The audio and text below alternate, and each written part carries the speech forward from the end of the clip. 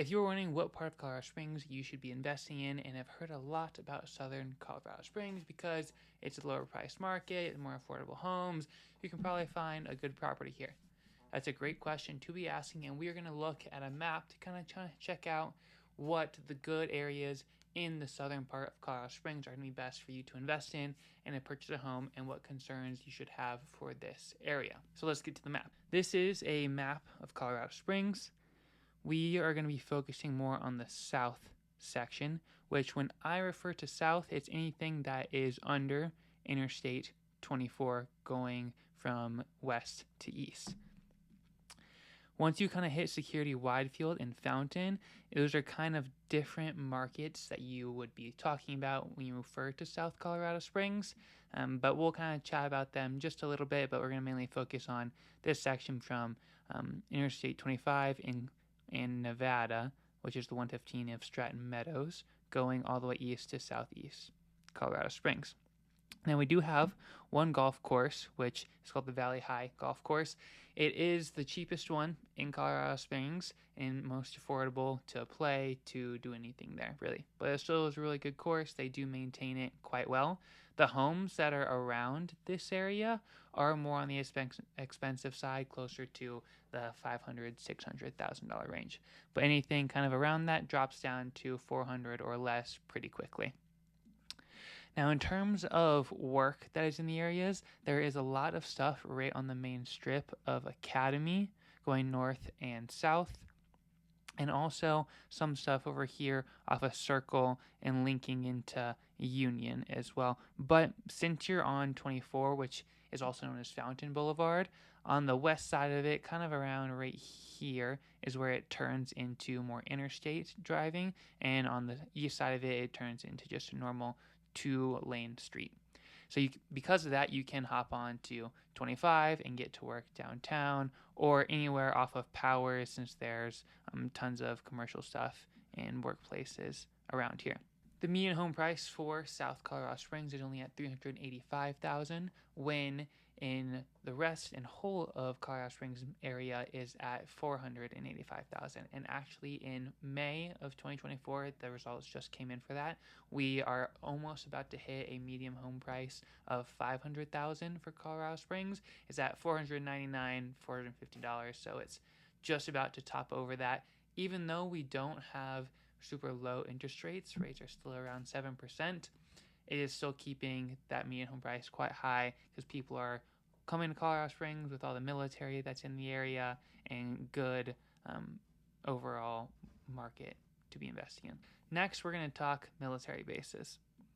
First one to be in the know about is Fort Carson, which is down here in this section. You can get there very easily from South Colorado Springs, just taking 24 over to the 115, and you'll get there pretty quick. The other base is going to be Peterson Air Force Base, right next to the airport, and you can easily take 24 to Powers and get on over there pretty fast. Schriever is going to be way out here, and you'll have to take 24 and then up on Powers, and then take 94 all the way out. So still really quick to be getting there. So if you are trying to look for investment properties that would be good for a military tenant or military families, South Colorado Springs would be a great option for this. One thing to consider about this area is that there are no HOAs, which can cause a lot of people to not take care of the homes, whether if they do own it or they are a tenant. And there's a lot of low income areas around here that can cause a lot of just damage to the property, and just a lot of violence that you don't want to be having around your property, and you don't want to be dealing with any of that if something is going on with your specific tenant or next door, to cause those types of situations as a landlord. Now, if you are going to be investing in the south part of Colorado Springs, there are some areas you're going to want to focus on, and some you're going to completely want to avoid. One that you're going to want to 100% avoid is going to be right here off of B Street. This area and this area are not good at all. Very like D, C class properties, not great tenants in the area, very run down. You're going to want to avoid it as much as you can. There will be fourplexes and duplexes that will pop up in this area that are really low in price, and I mean like $350,000 for a duplex. You'll be like, I want to get that. And once you figure out, oh, it's not a great area for having a property and for getting good quality tenants, and you're going to want to back out very quick. This section just north of that, right here, Stratton Meadows, I really like this area. It's probably a B minus, C plus class area. The one thing that is really good for it is that right on Nevada, there's a ton of shopping going on right here and restaurants. And then there is off of Circle Drive right here. It connects with a ton of shopping over in this area that is known as like the Broadmoor Cheyenne Mountain Shopping Center is what they call it. But tons of good restaurants, good shops. The World Arena is right here too for some events and concerts that go on there. So Stratton Meadows, I give it a good rating for South Colorado Springs.